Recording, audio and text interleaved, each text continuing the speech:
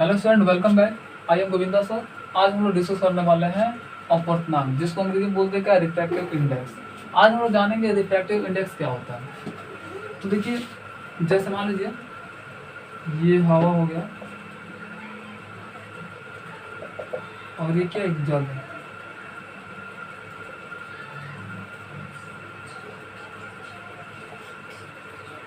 जब प्रकाश की किरणें एक माध्यम से लेकर दूसरे माध्यम में प्रवेश करती है, तो जो इसका सीधा जो रास्ता है ना, उस रास्ते से क्या होती है, विचलित हो जाती है।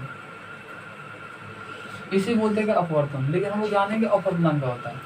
अपवर्तनांक डेफिनेशन ऐसा बोलेंगे कि दो माध्यमों के लिए, हवा और जल, हवा हो चाहे जल हो चाहे कोई अन्य दूसरा माध्यम ले लीजिए। मान लीजिए हम हवा ले ले रहे हैं और यहाँ पर कांच ले ले रहे हैं, यानी कांच यानी क्या, शीशा। जैसे प्रकाश से आ रही है पहले माध्यम से, जैसे दूसरे माध्यम में प्रवेश करती है तो अपना जो रास्ता है उससे विचलित हो जाती है।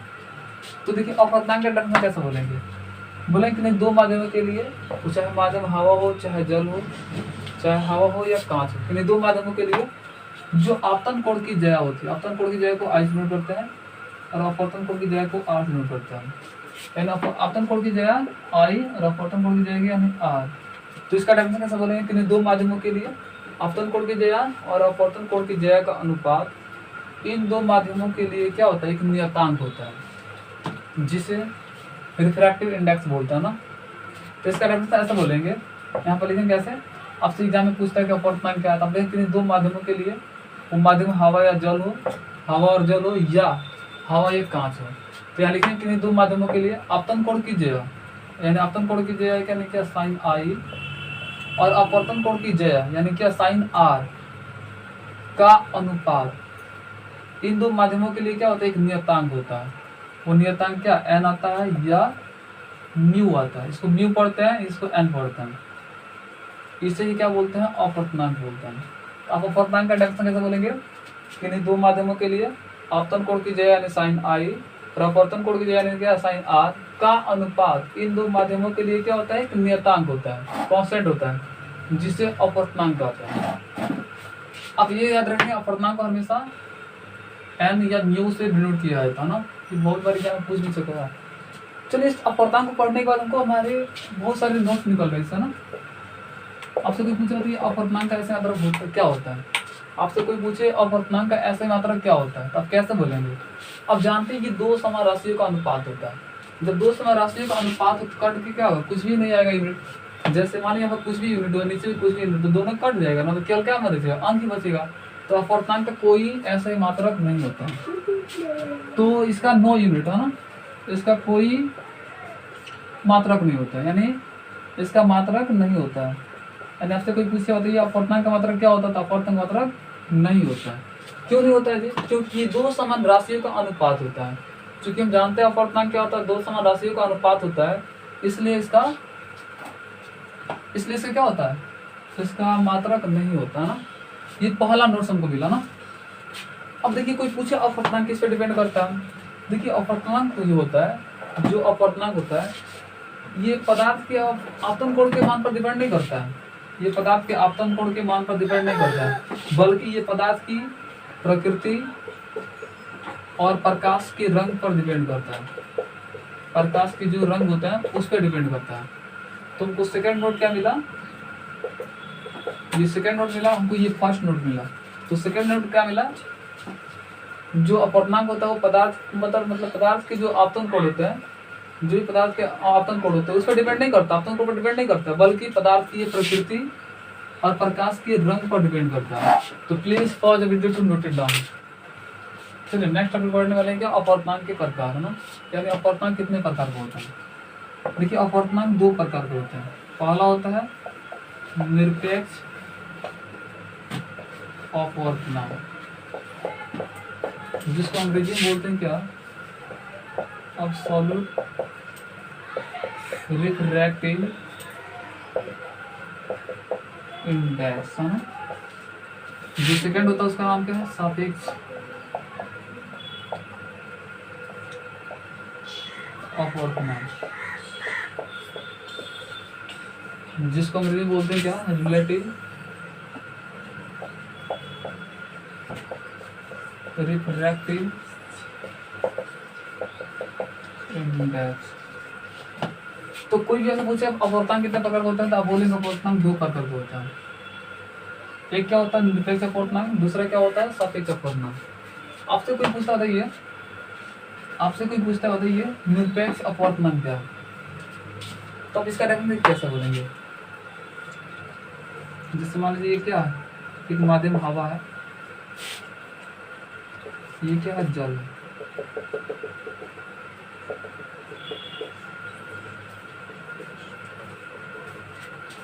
जैसे प्रकाश की किरणें जाती है अपने पथ से बीच में चली जाती है।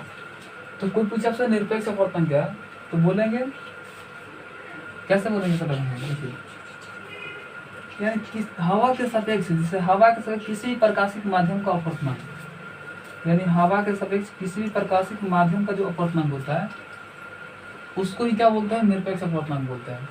यानी हवा के जैसे मान लीजिए क्या हवा प्रकाश मान लेते हैं क्या, जो हवा में प्रकाश का वेग है उसको मान लेते हैं सी मान लेते हैं। हवा में प्रकाश का वेग बड़ा मान कितना सी मान लिया। जो जल में प्रकाश का वेग है ना, इसमें प्रकाश के वेग को मान लेते हैं क्या, प्रकाश की वेग को हम क्या मान लेते हैं, पहला माध्यम है ये फर्स्ट माध्यम है, इसमें प्रकाश वेग कितना मान लेता हूँ v1 मान लेता है। तो इसका डेफिनेशन कैसे बोलेंगे, हवा के सापेक्ष किसी भी प्रकाशित माध्यम का अपवर्तनांक, चाहे जल दिया हो या काम दिया, एक दूसरा ले रहा है। देखिए जैसे एक क्या हवा हो गया और एक क्या कांच ले लिया, ये कांच ले लिया, जब एक प्रकाश की किरण आएगी तो अपने मूल पथ जो भी होता है ना उस पथ से क्या होती है विचलित हो जाती है। ये माध्यम 2 हो गया, इसमें प्रकाश भी कितना मान लेता हूँ v2 मान लेता हूँ, इसमें हवा प्रकाश भी क्या मान लिया हम c मान लिया। ये देखिए इसको क्या माना माध्यम 1 माने। तो आपसे कोई पूछे बताइए निरपेक्ष अपवर्तनांक क्या है, इसका डेफिनेशन ऐसे बोलेंगे, हवा के सापेक्ष किसी भी प्रकाशित माध्यम का अपवर्तनांक, हवा के सापेक्ष किसी भी प्रकाशित माध्यम का अपवर्तनांक चाहे वो जल हो चाहे कांच हो, उसको ही क्या बोलते हैं हम लोग, उस अपवर्तनांक को ही क्या बोलते हैं निरपेक्ष अपवर्तनांक बोलते हैं। यानी हवा के सापेक्ष किसी भी प्रकाशित माध्यम के अपवर्तनांक को निरपेक्ष अपवर्तनांक बोलते हैं, चाहे वो जल हो या कांच हो। तो आपसे कोई पूछता है ना, या आप ऐसे भी डेफिनेशन दे सकते हैं, हवा में प्रकाश का वेग और दिए गए माध्यम प्रकाश के वेग के अनुपात को दिए गए माध्यम के क्या बोलते हैं निरपेक्ष अपवर्तनांक बोलते हैं। जैसे माध्यम 1 है ये, अगर कोई पूछे तो माध्यम 1 का, जैसे माध्यम 1 का अपवर्तनांक कितना होगा, तो अपवर्तनांक को क्या करते हैं n से डिनोट करते हैं या न्यू से, तो माध्यम 1 के लिए क्या लिखेंगे n1 लिखेंगे, तो माध्यम 1 का अपवर्तनांक कितना हो जाएगा n1 हो जाएगा, ये माध्यम 1 हो गया।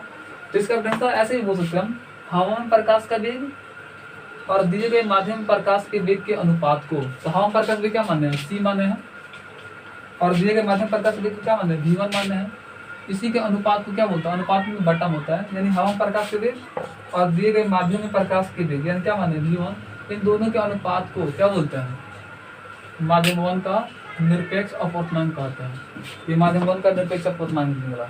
ऐसे ही आप माध्यम 2 का निकालेंगे, कैसे निकालेंगे, जैसे ये माध्यम 2 का निकाले जाएंगे निरपेक्ष अपवर्तनांक, तो इसे क्या लिखेंगे n2 लिखेंगे, ये माध्यम 2 है तो इसके लिए क्या लिखेंगे n2 लिखेंगे।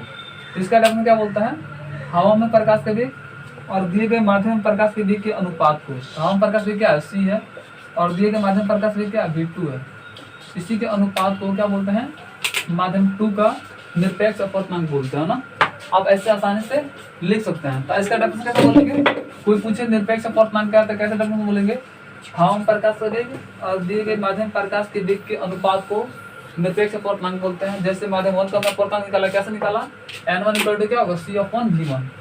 फिर अगर माध्यम 2 का निकाले तो कैसे निकालेंगे, हवा में प्रकाश का वेग यानी क्या c माने हैं और माध्यम 2 में प्रकाश वेग कितना v2 माने हैं, तो माध्यम 2 का जब अपवर्तनांक निकालेंगे क्या लिखेंगे यहाँ पर n2 लिखेंगे, तो क्या हो जाएगा माध्यम 2 का अपवर्तनांक क्या हो जाएगा c/v2 हो जाएगा। ऐसा निकाल सकते हैं। Please pause the video to note it down.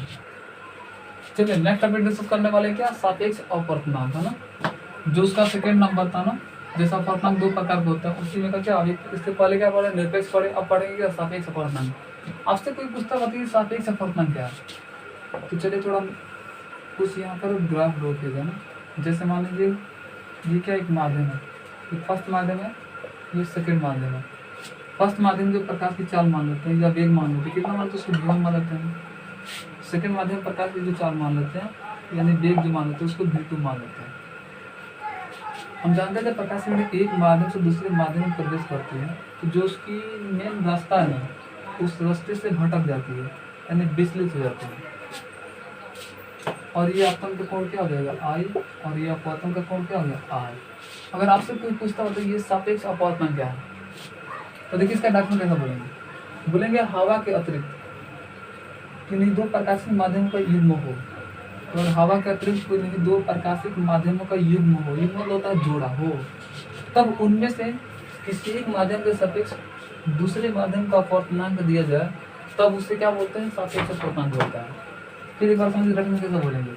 बोलेंगे हवा का अतिरिक्त किन्हीं दो प्रकाशिक माध्यमों के युग्म हो, हवा के अतिरिक्त है ना किन्हीं दो प्रकाशिक माध्यमों के युग्म हो तब उनमें से किसी एक माध्यम के सापेक्ष दूसरे माध्यम का अपवर्तनांक दिया जाए तब उसे क्या बोलते हैं, सापेक्ष अपवर्तनांक बोलते हैं। क्या बोलते हैं, सापेक्ष अपवर्तनांक। जैसे आपसे कोई पूछता है ना माध्यम 1 के सापेक्ष माध्यम 1 के सापेक्ष माध्यम 2 का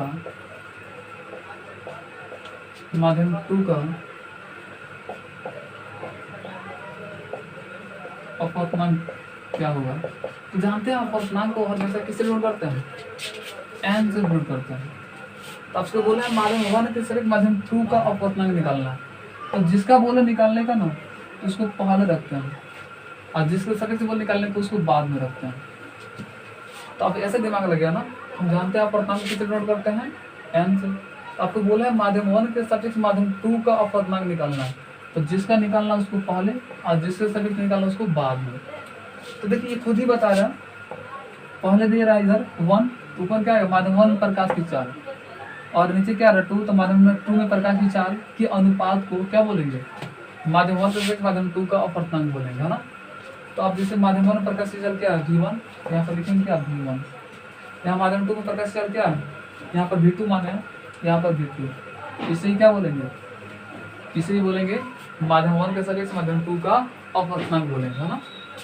चलिए ऐसे ही अगर कोई पूछता है माध्यम 2 के सापेक्ष निकालो, जैसे बोलते हैं क्या माध्यम 2 के सापेक्ष माध्यम 2 के सापेक्ष माध्यम 1 का अपवर्तनांक ज्ञात करो। तो जानते हैं अपवर्तनांक को क्या n से डिनोट करते हैं, अपवर्तनांक को n से डिनोट करते हैं। माध्यम 2 के सापेक्ष माध्यम 1 का अपवर्तनांक निकालना है, जिसका निकालना तो उसको क्या करते हैं हम लोग पहले रखते हैं। किसके साथ निकालना है, 2 के सापेक्ष। तो ये खुद ही बता रहे क्या, पहले ये बोलते हैं कि फर्स्ट सेकेंड माध्यम है, फिर बोलते हैं क्या फर्स्ट माध्यम, है ना। यानी दूसरे माध्यम प्रकाश की चाल, तो दूसरे माध्यम प्रकाश की चाल क्या है v2 है, यहाँ पर क्या आएगा v2। फिर ये माध्यम 1 में प्रकाश की चाल क्या है v1 है, तो ये क्या आएगा v1 आएगा। तो यही क्या होगा, ये सापेक्ष अपवर्तनांक हो जाएगा किसके, माध्यम 2 के सापेक्ष माध्यम 1 का अपवर्तनांक। बस आपको देखिए कैसे ध्यान रखना है। जैसे बोलता है आपको माध्यम 1 के सापेक्ष माध्यम 2 का अपवर्तनांक निकालना है, तो जिसका निकालना उसको पहले रखेंगे, जिसके सापेक्ष बोलता है उसको बाद में रखना है। अब बस इसी के अकॉर्डिंग हम क्या करेंगे, इसकी वैल्यू पुट कर देंगे। इधर से देखेंगे ये पहले बोला ना, तो पहले माध्यम प्रकाश की चाल, तो पहले माध्यम क्या v1 है, तो यहाँ पर v1 लिखते हैं। फिर ये 2 दूसरे माध्यम, तो दूसरे माध्यम प्रकाश की चाल क्या v2, यानी माध्यम 1 के सापेक्ष माध्यम 2 का अपवर्तनांक क्या v1/v2 हो जाएगा ना। फिर ऐसे ही माध्यम 2 के सापेक्ष माध्यम 1 का निकालना, तो जिसका निकालना उसको क्या करेंगे हम पहले रखेंगे, तो पहले रखेंगे। किसके सापेक्ष निकालना है 2 के, तो 2 को बाद में रखें। फिर इसी के अकॉर्डिंग लिखेंगे, तो क्या माध्यम 2 है पहले इधर से, तो माध्यम 2 में प्रकाश का कितना है v2 है, तो v2 लिख दिया। फिर 1 में v1 है, तो v1 लिख दिया। तो आप ऐसे माध्यम 2 के सापेक्ष माध्यम 1 का अपवर्तनांक निकाल सकते हैं। Please pause the video to note it down. चलिए नेक्स्ट टॉपिक डिस्कस करने वाले हैं कुछ द्रव्यात्मक माध्यमों के निरपेक्ष अपवर्तनांक, है ना। ये जो भी टेबल में जो भी लिखा है ना, अक्सर एग्जाम बहुत बार पूछ चुका है ना। जैसे एग्जाम पूछते क्या, बोले कुछ द्रव्यात्मक माध्यम का नाम बोल देगा, बोले मतलब इसका निरपेक्ष अपवर्तनांक कितना होगा। जैसे एग्जाम में पूछते हैं क्या, बताओ y का निरपेक्ष अपवर्तनांक कितना होगा, तो कैसे बोलेंगे 1.003 होता है ना। देखो ये कितना, 1 2 3 4 5 6 7 8, 8 इधर 8 इधर, कितना हुआ, 16 हुआ। लगभग ये 16 ऑब्जेक्टिव के रूप में है ना। ये अक्सर एग्जाम पूछे जाते हैं, ये बहुत ही वीवी है ना। इसको क्या करें स्टूडेंट, इसको मतलब इग्नोर ना करें है ना, इसको अच्छे से याद कर लें है ना, क्योंकि जब तक ये याद नहीं होगा तो एग्जाम में अच्छे नंबर ज्ञान नहीं कर सकता है ना। तो चलो इसको कैसे याद करना है देखो बता दें। जैसे एग्जाम पूछे क्या पूछेगा, बताओ वायु का निरपेक्ष अपूर्णांक कितना होता है, बोलेंगे तो 1.003 होता है ना, ये वायु का निरपेक्ष अपूर्णांक होता है। ऐसे ही पूछ सकते क्या, बर्फ का बताओ निरपेक्ष अपूर्णांक कितना होता है, तो 1.31 होता है। और ऐसे पूछेगा जल का निरपेक्ष अपूर्णांक कितना होता है, 1.33 होता है ना। पॉइंट के बाद एक एक अंक को पढ़ा जाता है ना, जैसे 1.33 बोलेंगे ना। अल्कोहल का निरपेक्ष अपूर्णांक कितना होता है, 1.36 होता है। फिर पूछिएगा किरोसिन जो तेल होता है उसका निरपेक्ष अपूर्णांक कितना होता है, तो 1.44 होता है। फिर ये संगलित क्वार्ट्ज जो ना, इसका निरपेक्ष अपूर्णांक कितना होता है, तो 1.46 होता है। फिर पूछेगा टर्पेन का तेल का निरपेक्ष अपूर्णांक कितना होता है, तो 1.47 होता है। और व्यंजन का निरपेक्ष अपूर्णांक कितना होता है, 1.50 होगा ना। देखिए सबको मैं क्या कर रहा हूँ, बढ़ते क्रम में लिख रहा हूँ, पहले छोटे लिखो से बढ़ते बढ़ते देखिए बढ़ते जा रहा है ना। चलिए नेक्स्ट डिस्कस कर रहे हैं क्या, क्राउन कांच का। ऐसा पूछ सकता है एग्जाम में, क्राउन कांच का जो निरपेक्ष अपूर्णांक होता है कितना होता है, तो क्या बोलेंगे 1.52 होता है। फिर ऐसे कनाडा बाल्सम, ये क्या है, एक द्रव्यात्मक माध्यम है जिसमें प्रकाश से गमन करते हैं, उसका निरपेक्ष अपूर्णांक कितना था, 1.53 होता है ना। फिर खनिज नमक का ये निरपेक्ष अपूर्णांक कितना होता है, 1.54 होता है। फिर जो कार्बन डाइसल्फाइड है इसका निरपेक्ष अपूर्णांक कितना होगा, 1.63 होता है। फिर सघन प्लेट कांच का जो निरपेक्ष अपूर्णांक होता है ये कितना होता है, 1.65 होता है। फिर रूबी, एक और इसके नाम से जाना जाता है, मरीके के नाम से जाना जाता है, इसका निरपेक्ष अपूर्णांक कितना होता है, 1.71 होता है।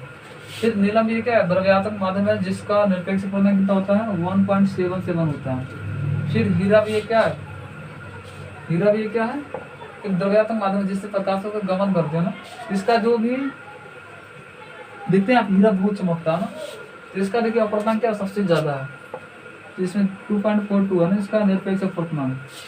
तो अब ऐसे क्या करना, सभी जितने सारे टेबल लिखा गया ना सबका क्या करें, 1 by 1 करके डिस्कस करें और सभी को क्या करें, अच्छे से रिकॉल करें। क्योंकि अब अगर आप अच्छे से रिकॉल नहीं करते हैं, अगर एग्जाम में एक भी इसमें से आ गया तो आप क्या करेंगे, मिस कर जाएंगे ना। तो एक नंबर बहुत ही मायने रखता है ना। तो देखिए इसमें ये बहुत ही टॉपिक भी है, अक्सर इसमें से 2 से 3, देखिए अक्सर इसमें 2 से 3 क्वेश्चन पूछे जाएंगे ना। जिससे स्टूडेंट्स हम क्या करेंगे, यही मतलब क्या करेंगे, सलाह देंगे कि ये सभी के सभी जितना दिया गया सभी को सभी क्या करो, रिकॉल कर लो है ना। और देखो मैंने सबको क्या किया, बढ़ते क्रम में लिखा जिससे आसानी से आप याद कर सकते हैं। तो please pause the video to note it down. चलिए स्टूडेंट नेक्स्ट टॉपिक डिस्कस करने वाले हैं क्या, पार्थिव विस्थापन, जिसको अंग्रेजी में क्या बोलते हैं, लैटरल डिस्प्लेसमेंट बोलते हैं। जैसे ये क्या है, KLMN, ये क्या है, कांच का स्लैब है जिससे प्रकाश की किरणें वो क्या होती है, ये निर्गत हो रही है ना। तो आपसे कोई पूछे होती है पार्थिव विस्थापन क्या है, लेकिन जब आपतित किरण जो भी आ रही है इसका मूल पद क्या हुआ, ये हुआ ना।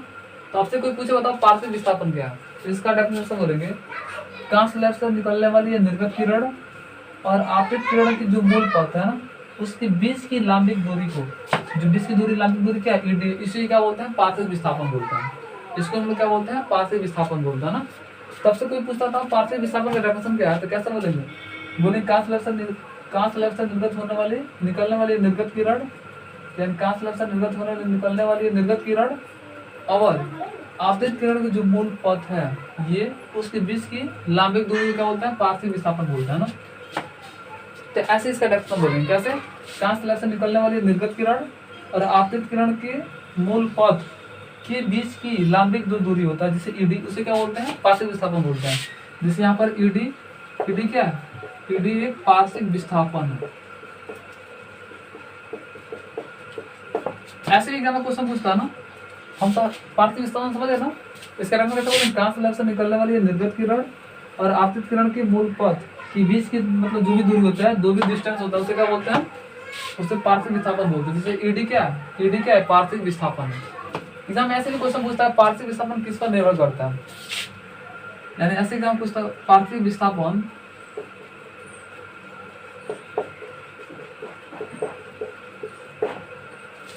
किस पर निर्भर करता है, निर्भर करता है। तो देखिए पार्थिव विस्थापन किस पे निर्भर करता है, पार्थिव विस्थापन किस पे डिपेंड करता है। तो पार्थिव जो विस्थापन होता है ये कांच स्लैब की जो मोटाई हो उसका सीधा समानुपाती होता है। तो ये कांच स्लैब के लिए पहला लिखेंगे क्या, जो पार्थिव विस्थापन है कांच स्लैब की जो मोटाई है उसका सीधा समानुपाती होता है, यानी मोटाई का ये सीधा समानुपाती होता है, समानुपाती होता है। यानी जो पार्थिव विस्थापन होता है कांच स्लैब की जो मोटाई होती है उसका सीधा समानुपाती होता है। 2 नंबर क्या लिखेंगे, जो पार्थिव विस्थापन होता है वो आपतन कोण का सीधा समानुपाती होता है। ये आपतन कोण का सीधा समानुपाती होता है। जो पार्थिव विस्थापन होता है ये आपतन कोण का सीधा समानुपाती होता है। थर्ड लिखेंगे, जो पार्थिव विस्थापन होता है जो कांच स्लैब के जो अपवर्तनांक होता है, कांच स्लैब के अपवर्तनांक का कांच स्लैब के अपवर्तनांक का सीधा समानुपाती होता है। थर्ड में क्या लिखेंगे, पार्थिव विस्थापन ये कांच स्लैब का जो अपवर्तनांक होता है उसका सीधा समानुपाती होता है। फोर्थ नंबर लिखेंगे क्या, फोर्थ नंबर लिखेंगे जो पार्थिव विस्थापन होता है वो आपतित किरण के तरंगदैर्घ्य का व्युत्क्रमानुपाती होता है। यानी ये आपतित किरण का जो तरंगदैर्घ्य होता है उसका व्युत्क्रमानुपाती होता है, व्युत्क्रमानुपाती होता है। तो अगर आपसे क्वेश्चन एग्जाम में आता है क्या पार्थिव विस्थापन किस पर डिपेंड करता है, तो पहला क्या लिखेंगे, पार्थिव विस्थापन कांच स्लैब की जो मोटाई होती है उस पर उसका सीधा समानुपाती होता है, पहला ये लिखेंगे। दूसरा क्या लिखेंगे, जो उसका आपतन कोण होता है, पार्थिव विस्थापन जो भी होता है किस पर डिपेंड करता है, आपतन कोण का सीधा समानुपाती होता है। थर्ड में क्या लिखेंगे, कांच स्लैब का जो भी अपवर्तनांक होता है उसका सीधा समानुपाती होता है। फोर्थ नंबर क्या लिखेंगे, आपतित किरण के जो भी मतलब आपतित किरण के जो भी तरंगदैर्घ्य होता है उसका क्या होता है, व्युत्क्रमानुपाती होता है। पार्थिव विस्थापन आपतित किरण के तरंगदैर्घ्य का क्या होता है, व्युत्क्रमानुपाती होता है। तो please pause the video to note it down. चलिए नेक्स्ट टॉपिक पढ़ने वाले हैं क्या, प्रकाश के अपवर्तन का प्रभाव। देखिए जो प्रकाश के अपवर्तन के प्रभाव होते हैं वो प्रकाशीय भ्रम के प्रभाव को दर्शाते हैं। सपोज मान लीजिए जैसे क्या, इसके अकॉर्डिंग क्या होता है, जैसे मान लीजिए अब किसी कांच की गिलास में क्या करते हैं, एक और मान लीजिए पेंसिल या एक कोई छड़ी डालते हैं तो छड़ी को क्या होता है, टेढ़ा प्रतीत होता है। जैसे मान लीजिए ये गिलास है, इस गिलास में क्या पानी भरा हुआ है ना, इस गिलास में क्या हुआ जी, पानी भरा हुआ है। जैसे मान लीजिए क्या गिलास है, इस गिलास में पानी भरा हुआ है। जैसे आप इसमें क्या करते हैं, एक छड़ी डालते हैं ना, एक सीधा छड़ी डालते हैं तो वो टेढ़ा प्रतीत होता है, प्लस छोटा प्रतीत होता है ना, क्या अपने वास्तविक स्थान से ऊपर उठा हुआ प्रतीत होता है। तो प्रकाश के अपवर्तन का प्रभाव क्या होता है, प्रकाश के जो अपवर्तन का जो प्रभाव होता है ये प्रकाशीय भ्रम को दर्शाता है। यानी वास्तव में जो वस्तु जहाँ होता है वहां पर दिखाई नहीं देता है। तो आपको जब भी मिलेगा ऐसा ना प्रकाश के अपवर्तन का प्रभाव, तो देखिए ये क्या करता है, प्रकाशीय भ्रम को दर्शाता है, यानी वस्तु जहाँ रहता है वहां पर नहीं दिखाता है। क्या लिखेंगे कैसे, और क्वेश्चन एग्जाम में आता है प्रकाश के अपवर्तन प्रभाव को लिखे तो लिखेंगे प्रकाश के अपवर्तन का प्रभाव प्रकाशीय भ्रम को दर्शाता है। एक नंबर लिखेंगे क्या, यदि किसी ग्लास में एक मतलब क्या छड़ी या पेंसिल डाल दिया जाता है तो ये अपने ये छोटा प्रतीत होता है और प्लस क्या मुड़ा हुआ प्रतीत होता है। तो यहाँ लिखेंगे यदि किसी ग्लास में